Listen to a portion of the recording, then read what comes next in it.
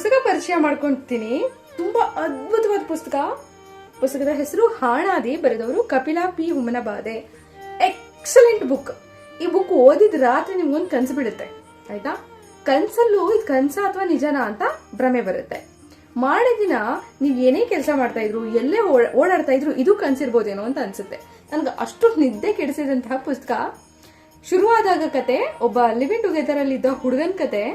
ಅವ್ನ್ ಮತ್ತೆ ತನ್ನ ಊರ್ ನೆನ್ಸ್ಕೊಂತಾನೆ, ಊರಿಗೆ ಹೋಗ್ಬೇಕು ಅಂತ ಅನ್ಕೊಂತಾನೆ. ಏನೇನಾಯ್ತು ಊರಲ್ಲಿ ಜನ ಇರ್ಲಿಲ್ವಾ, ಅವ್ನ ಮನೆಗಳೆಲ್ಲ ಏನಾಗಿತ್ತು, ಊರಲ್ಲಿರೋ ಜನ ಎಲ್ಲ ಎಲ್ಲಿಗೆ ಹೋಗಿದ್ರು, ಮನೆಗಳೆಲ್ಲ ಯಾಕೆ ಖಾಲಿ ಆಗಿತ್ತು, ಇವನೇನ್ ಗಾಂಜಾ ಹೊಡೆದಿದ್ನ ಅಂತ ಅನ್ನೋಷ್ಟು ಆಲ್ಸಿನೇಷನ್ ಆಗುತ್ತೆ ಕಥೆಯಲ್ಲಿ. ಎಷ್ಟು ಬ್ಯೂಟಿಫುಲ್ ಕತೆ ಅಂತಂದ್ರೆ, ನಾನು ಈ ತರ ಜಾನರ್ ಕತೆಗಳನ್ನ ಇಲ್ಲಿ ತನಕ ಓದಿರ್ಲಿಲ್ಲ. ಇದಂದ್ರೆ ಹೊಸ ತರ ಕತೆ.